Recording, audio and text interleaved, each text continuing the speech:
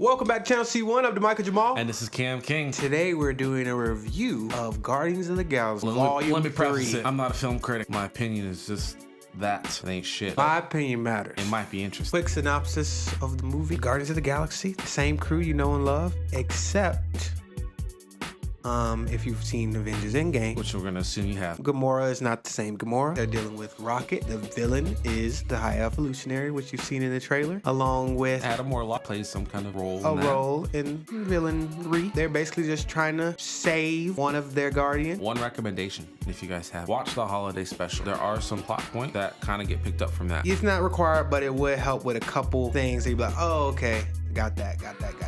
The movie definitely gives a big old Vin Diesel family theme to it. Right, there is a family vibe to it. It's emotional. A human vibe roller coaster emotions. One of the darkest Guardians movie there was. There had some very dark Marvel moments. Movie. Oh my God. I mean, we're talking traumatic.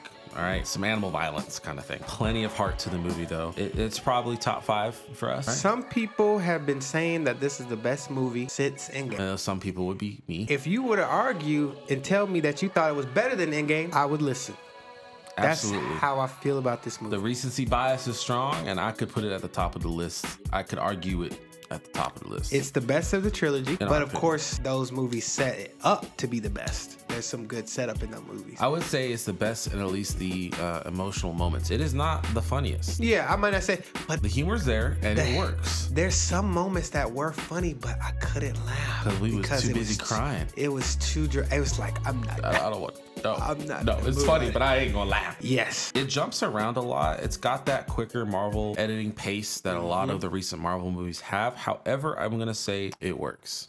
The pacing works. Spoilers. We're about to get into spoilers. The Great Rocket. Once you get his backstory and everything that's going on with how the High Evolutionary was treating him and his friends who died and whatnot, every moment that you see with him afterward just takes on a whole new meaning. Like, oh, it just hits the everything he's been through. Every time he does anything cool, it's like, oh. But you know he still lost his friends. The humor worked, but the heart was just so strong that sometimes you just you didn't really pay that much attention to the humor. Definitely. I think they did a great job bringing all the character arcs to a close. Yes, every character had a little heart to it. Drax becoming a dad again. Nebula becoming the leader and the parent of the group, essentially. She grew up as someone who needed a good parent, so she fulfilled that role for others. Gamora still having a family that she got to choose. Right, she got to choose and be in her own life. Mantis, finally having her own agency, doing what she wants to do, not just what she thought others wanted her to do. Yep. Cosmo and Kraglin had a nice little arc. It was more of comedic relief type arc, but it was nice. It worked. I didn't think it was the best arc ever. It made sense and it didn't take you out of the movie. Yeah, didn't distract. The humor. It was good. I'm glad that they didn't. Honestly, I think this is where the movie's going to be divisive for a lot of people. Is that a lot of fans are going to expect the same level of humor that 1 and 2 had, and it doesn't have that. It still has the humor, but it's not on the same level. And I'm not saying the quality of it isn't there. It's just the amount of it isn't there, because it is definitely overshadowed by the emotional depth of the film, and it is really hard to take you out of, especially towards the end. They were making some jokes, and they were good jokes. They were good jokes. I don't think they were executed poorly, but they was not switching the tone. Yes, and the jokes didn't take me out of the immersion because they all still felt natural. Right. They just didn't say they landed, but they just didn't work. It's like when you at work and you kind of mad and your friend trying to cheer you up, and it's just like, no, I'm mad. This guest just blah blah blah blah. This person just did this. I'm trying to focus, and you trying to tell a joke, and you appreciate the friend. You appreciate it. It is not necessarily. It's not a bad joke. Shut the fuck up. There are moments in this movie where I was genuinely afraid. Like, I was worried. I did not know who was going to die, who was going to survive. Obviously, spoiler time, nobody dies. The stakes still felt real. They didn't have to kill someone to make things feel important or like heavy or, dangerous. They did everything they needed to do without having to kill anybody. Not that they couldn't have, but... And speaking of the characters, one thing that I really did like, I thought was great, was Peter Quill. James Gunn, of course, knows what he's doing with his characters. And Peter Quill in Guardians 1, Guardians 2, fantastic. Peter Quill in Endgame with the Russo brothers, and not trying to shade them, but they made him more of the big Dumbo, and he's always had that like kind of character trait to him. But I was glad to see that he got the, oh, I'm doing something dumb, but I'm actually gonna find my way, slither my way out of it like I usually do. Right. And use my wits in the moment to get myself out of the thing. Like that. He proved himself to be a true leader. I'm glad they brought that back. Because I was afraid he was going to be more like Endgame or Infinity War Peter Quill, where they took that characteristic away from him. Groot does his Groot thing. He's not as big a part of the movie as maybe he was in like maybe the first one. He get big. As far as the action goes, he played his part very well. And he said, I love you guys. He said. So interesting about that. That was very funny. He said that, but I interpreted that as where the audience, we're understanding. We understand him now. Yes. That's what I interpret that as. I don't want to spoil it, but it's a similar thing like that goes on in Avatar too. But he's mentioned action. That is some of the best action we have had in recent times in a Marvel movie. And a lot of it was cool because a lot of times in Marvel movies, you get the nice, quick angle cuts, especially the Russo brothers. They were really good. They were excellent with the quick cuts, the Black Widow fights in like Civil War and the, with Thanos and Infinity War, they were great with that. But you got these longer 360 camera shots, back and forth very between heavily slow-mo, choreographed slow-mo into the action, into cool,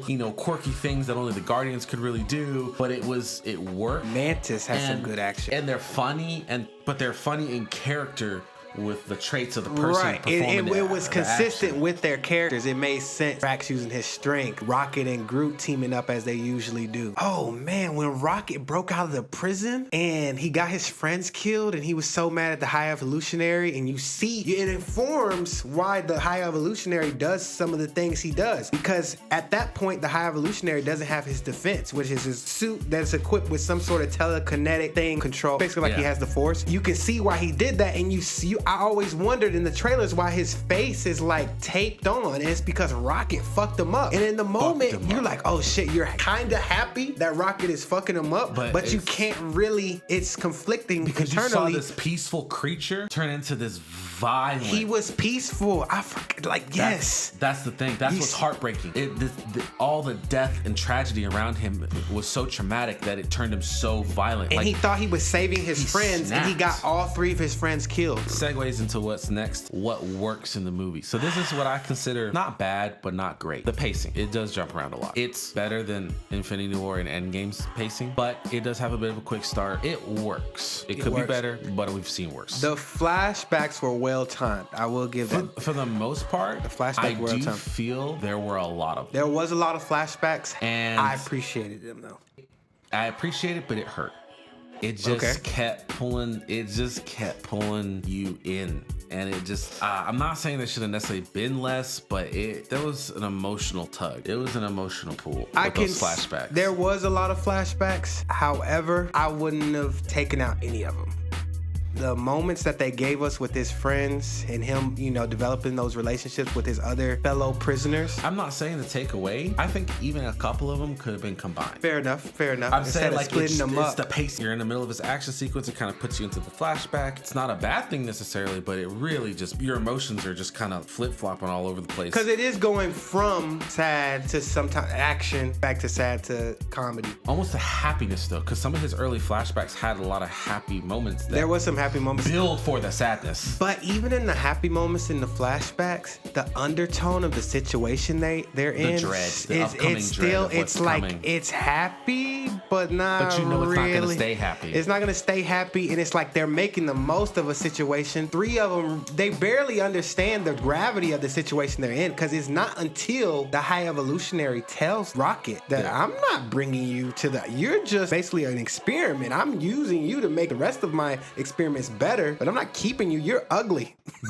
Not even considering how the High Evolutionary looks. Right. He's not handsome. He ain't shit. He's not handsome. But yeah.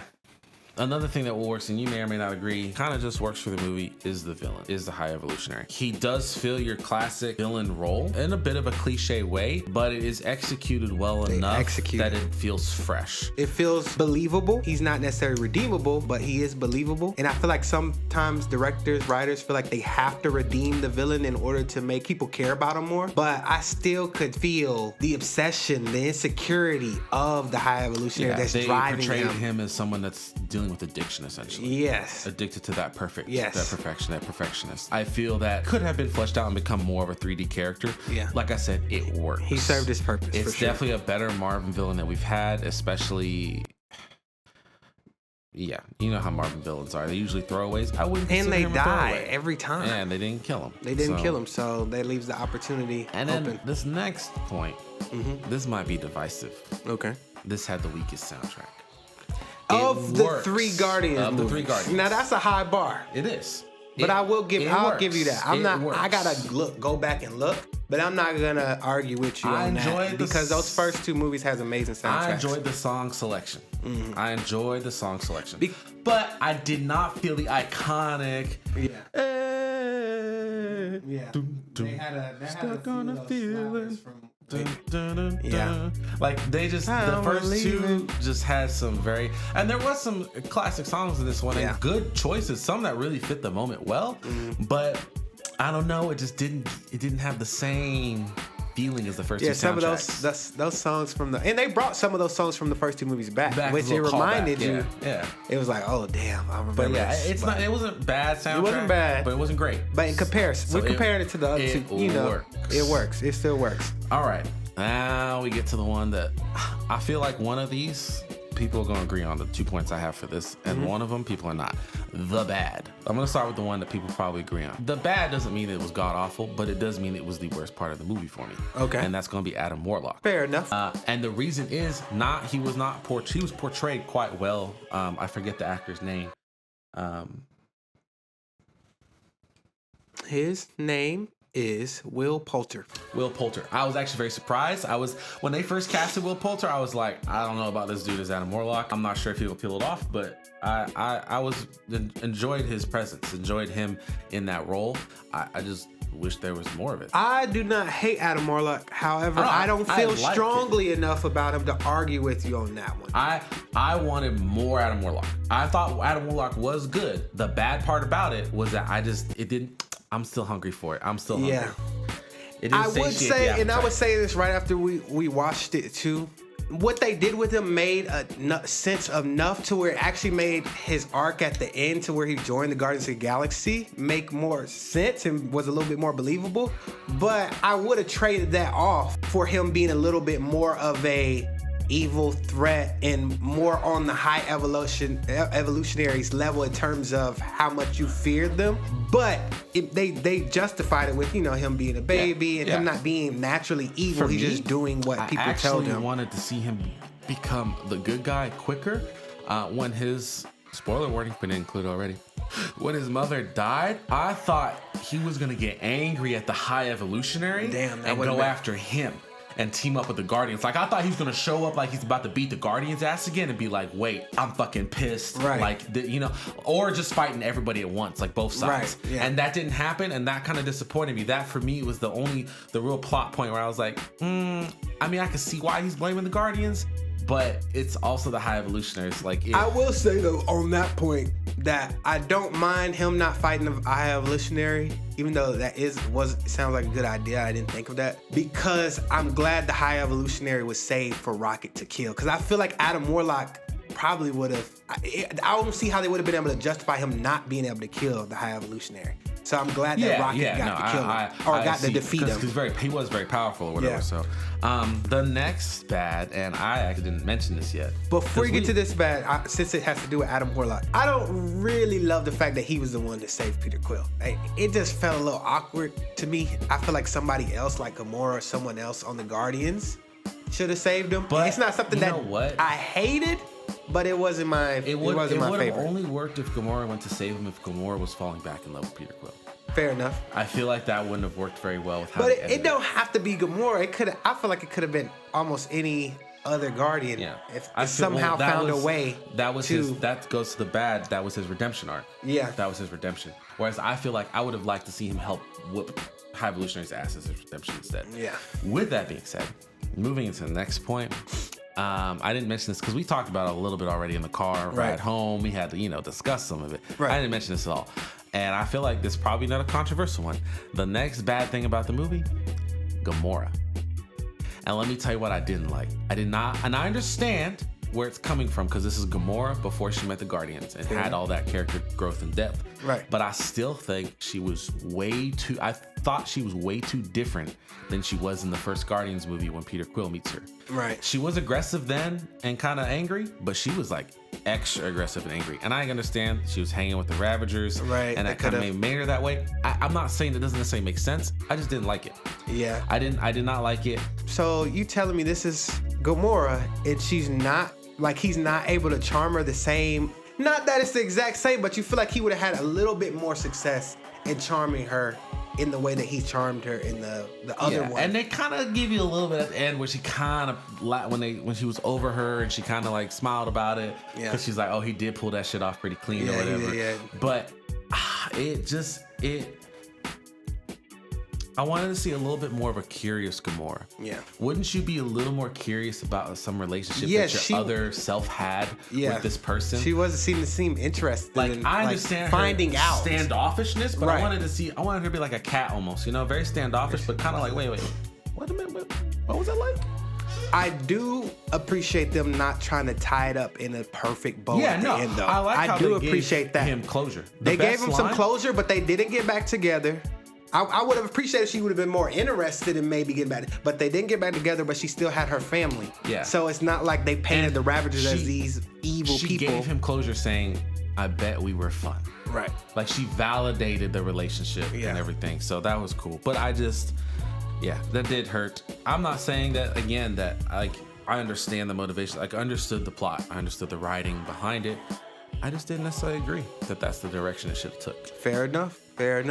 Overall, I think this is definitely a top 5 Marvel movie. Again, the recency bias makes me want to put it number 1. That's what I did with Shang-Chi when it first came out. I was like, this is the best Marvel movie I've seen. It's definitely going to land in top 5 once the endorphins here cool off a little.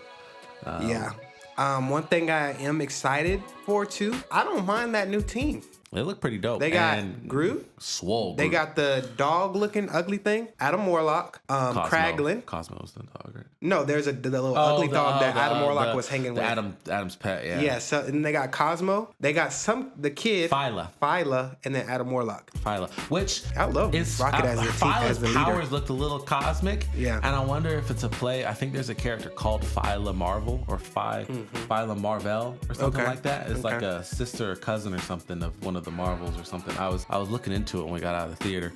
So I wonder if that's like a play on that character. If they do Guardians 4, that's gonna be a tall task for a new director coming in with these Guardians and trying to not recreate but match the level of quality and heart that James Gunn brought to these movies. You know what? It probably it's kind of like doing a new Joker, right? It's gonna have to be something different. Yeah. You're not gonna be able to copy James Gunn. Yeah. However, I don't have confidence in Marvel to do that. I'm confident Marvel will try to copy James Gunn. You feel like they're not... And it won't work. It's gonna... Yes.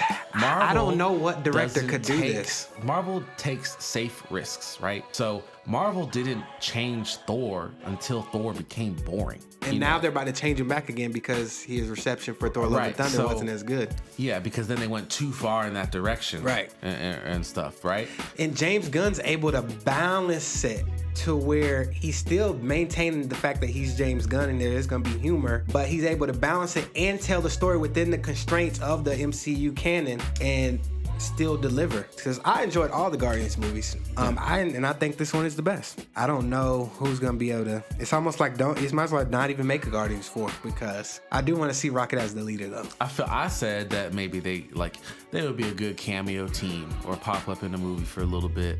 because I just replicating that. I mean, they replaced enough people to where those characters can become the next director's characters. Yeah. I feel that since Rocket's arc is kind of closed, he starts a new arc and he can become he can be a little bit different. Yeah, right? that's fair. And then Groot is big as fuck now. Swole man has been pumping the iron. He was swole in the movie, but in the end, he was just sitting there as a bench for all of them. I forgot that he was even on the team. I didn't think he was on the team. And when he stood up, said, "Groot, let's go," and he fucking towers over him. I'm like, oh goddamn. I like how some of the stuff just made so much sense, because one of the new members of the Guardians, when they're about to go into battle, they said, "Give the word," and you're like, "What's Rocket's gonna say?" And he goes, "Word." It was just like some of the dialogue is just so perfect. And when he said, the name's Rocket Raccoon, when the High Evolutionary still referred to him as 8913, it just felt, it was up there with I Am Iron Man both times. It's up there. You can argue. Yes. I don't even know if any other I Am. Oh, you got I Am All the Jedi with. honestly, Rise of Skywalker, I know it has its flaws, but just on that line alone, it still kind of got me. They didn't set it up well enough. It still got me a little bit when she said, "I am all the Jedi." I'm sorry. I mean, if we're just one-liners in general, there's other one-liners in the MCU. It's up there with Avengers Assemble. Oh, damn. It can't beat that though. Yeah, it's up there with Avengers Assemble. Ooh. One-liners in the MCU on your left. On your left, E-Bombay. But I am Rocket Raccoon. Once he saw that he exited the whole movie, because they set it up perfectly. I'm not a raccoon. It's like he really found his identity. I'm Rocket Raccoon. This is my family, etc., etc. He got that little kiss in the little afterworld with Lila. The little nose. That shit, God, I was tearing up. Okay, this is when I teared up when he was. I think the first time might have been when he was his friends all got killed. No, I teared up before that. I teared up when they said their name. Oh, when they were learning each other's names. Like, fuck. Yeah. I was like, fuck. Because it being so innocent. Yes. They made him so fucking innocent. And Lila was a little smarter than the other two, so she caught on quick when the shit was about to go down. But the rest of them were just so... I'm laying on the floor, so I'm gonna be floored. Yeah, it's just, and I'm teeth because mine have big teeth. I know everyone's got them, but it's just like, they were so. It was so. Yes. They were like the best friends you could ever have, man. They didn't judge you. They was just, exactly all fucked up in their own way, and it fuck. And then I started crying when he went into the afterlife. I wasn't sure if he was gonna live, but he was like, "Can I come with y'all?" And they were like, "Yeah." And then she was like, Peter Quill just trying to save his life really was tugging on your heartstrings in that moment too. And then he said, "I'm done running." I started tearing up. And his action scenes, I started tearing up. After he said, "I'm done running," there's an action scene that follows that. Oh my God. That was such a beautiful action. When they all started lining up, I was... Mantis, in the first planet they go to, had some... You're like, damn, she is scary. She was like, "Oh, you're a cat." And it's like she got him. She's like, "Oh, you're a cat." And then the other one is like, "Oh, you feel like dancing." And then she got another one. It's like, "Oh, you're rage that you need to kill or something." And she used that one to kill the other ones. Yeah, that shit was going crazy. There were a few moments where I felt like people were about to die. I thought Nebula might go. I thought Drax might go. Peter might go. Cut Groot's head off in the fucking first 5 minutes. Yeah, I'm like, what the man's fuck? running around a spider, like looking. Yeah, this movie I haven't felt like this after seeing the movie since I watched Puss in Boots, and he hasn't watched it yet. You made that sound like that was so long ago. I know. No, that's not true. We just felt like this. We just watched Everything Everywhere All at Once. Oh, yes. But listen, for my enjoyment, and it helps that it's a threequel. So there's setup that I don't think is coming. For instance, if you were going to watch this movie and you're going just for Rocket's arc, they do such a good job with his arc in this movie that you don't necessarily need the other two movies to feel it. But yes, I would say I enjoyed this movie more than I enjoy Everything Everywhere All at Once. That's just how strongly I feel about it. I know a lot of people love that movie and think it's perfect, but I just really, the payoffs are just so nice. The emotional beats really just got me. They really just got me. And then, Puss in Boots. Those are the best 3 movies I've seen recently. I would just put this up there with the top. I would put it at the very least top 5 MCU. And if you said it was the best in the MCU, I would listen to you. I would hear you out. Because this movie was just... It hit so hard. Fan-fucking-tastic. The post-credit scenes were interesting, but they didn't... I mean, the one was the new team, which was, informed, but the last one was just a nice little moment with Star-Lord, tying up some, loose ends in his own life, and it not always being about the team, and he has to do stuff for himself sometimes. So that was the second post-credit scene. We about covered it all. Tell us what you think. Yeah. Did you enjoy the movie? Did you not enjoy the movie? Did you think it was the best? Did you not think it was the best? What did you wish you could have had in there? What did you not like in there? Do you want another Guardians movie? Do you want to see one with a new team? I do. I want the MCU to make more higher quality films. I need them to step their game up. Because the thing is, I would say the movies from Phase 4 and even Ant-Man Quantumania, which I haven't seen actually. I think people look back on the first 3 phases of Marvel with nostalgia-tinted glasses and don't realize that the quality of these Phase 4 movies have been similar to the quality of some of the MCU movies in them. Yes. But the thing is, so basically there's this level that the MCU kind of hovers around. And they have a few movies that have exceeded that. And we now, at this point, not only in the MCU, we got several comic book movies that have exceeded this level. So now when we see movies that are back at this, it's like, we know you could do better. You can't, and that's the thing for me. We know you could do better. We know you could do better. Where's our Winter Soldier? Yeah. That movie is phenomenal. Because that used to be the outlier, and now that should be the expectation. That needs to be the standard. Yeah. That used to they need to raise the standard to where that's like the bottom. And don't get me wrong, some of the movies that came out were still good. Black Panther 2 was still a great movie. Love Shang-Chi. Shang-Chi was honestly amazing. That was for me one of the standout of Phase 4. No Way Home's very satisfying. Very satisfying, but I feel like that carries off of the fan service and all the cameos. Which it definitely leans on it, but I think it does it just enough to where it's not too crazy. But there's some moments. There's some moments that didn't make a lot of sense. May's death didn't hit. Yeah, it didn't hit enough. Because they didn't do enough work in that movie. They relied on some of the past movies and the character itself from the comics. I think they relied too much on that. And I think that's kind of where James Gunn benefits too with the Guardians, is that not a lot. They're not popular comic book characters. He knew he couldn't rely on stuff from he had to put the work in his own movies to do it. But yeah, this is what the MCU is capable of, and just comic book movies in general are capable of doing this. And I think in the beginning of the MCU, a lot of people didn't expect that. They saw The Dark Knight, but they felt like, well, that's not really. It's a comic book movie, but it's more so like a serious, grounded. The Batman is more grounded, but you can still make it fantastical and make sense within that world. So it's all about the characters, really. It's about the characters. I was thinking of the last thing I'll say. Right before we started filming, I was thinking of the best movie marathon. Nice, quick, and short for the MCU.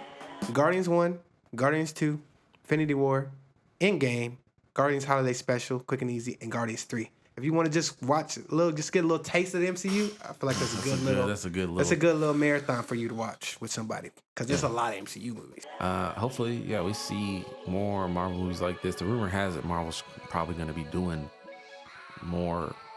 They might start hiring more experienced directors. They have had some luck with the lesser experienced ones, the lesser known names, but I think now, or at least writers, they need to start hiring some better writers for some of the material. Have to wait. This is a writer strike. And oh shit! I forgot that.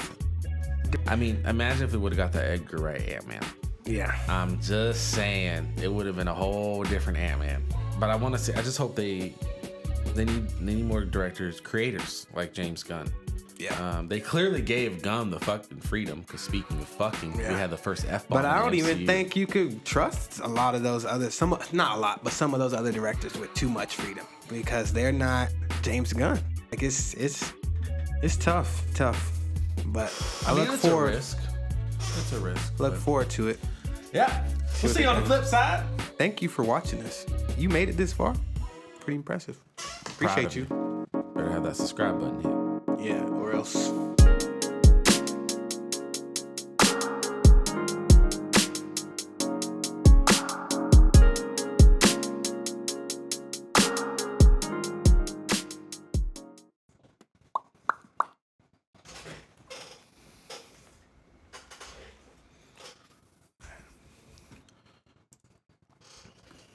Mic check.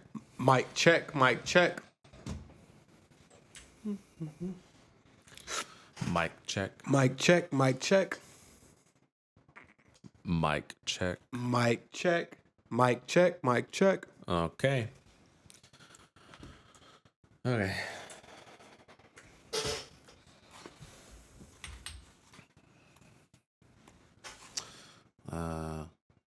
Intro. I'm gonna do Name us, right? And then I'm gonna do like a quick thoughts. synopsis. We'll cut the quick thoughts from the actual thoughts. No, I'm saying so basically we want to tell what it's about, but non-spoilery. Yep. In the beginning. In the beginning, yep. For the most part, non-spoiler. Okay. Okay, synopsis, and then you want to do what you thought of the movie generally, what I thought, and then kind of merge General thoughts from each of us. Quick ones, not Quick too ones. long. Yeah. No details yet. Yeah, no details. And then the great, what works, and the bad. From each of us, separately, is what you're saying. Yeah, well, I mean, it should be like a conversation, though. Yeah. What I'm saying is, boom, boom, and then No, more like boom, boom, boom, boom, boom, boom. the whole time. Okay. Yeah, like how we normally do things. Okay. Yeah. The beginning should be more of a neutral thing. Okay. You know what I'm saying? The synopsis. And then part. the general synopsis would be like, so Guardians 3, Blah, blah, blah. Takes What it's place- about. blah, blah, blah. What's going on. You know, where we coming from, where we're going. Doesn't need to be too long. Right, yeah. Mm-hmm.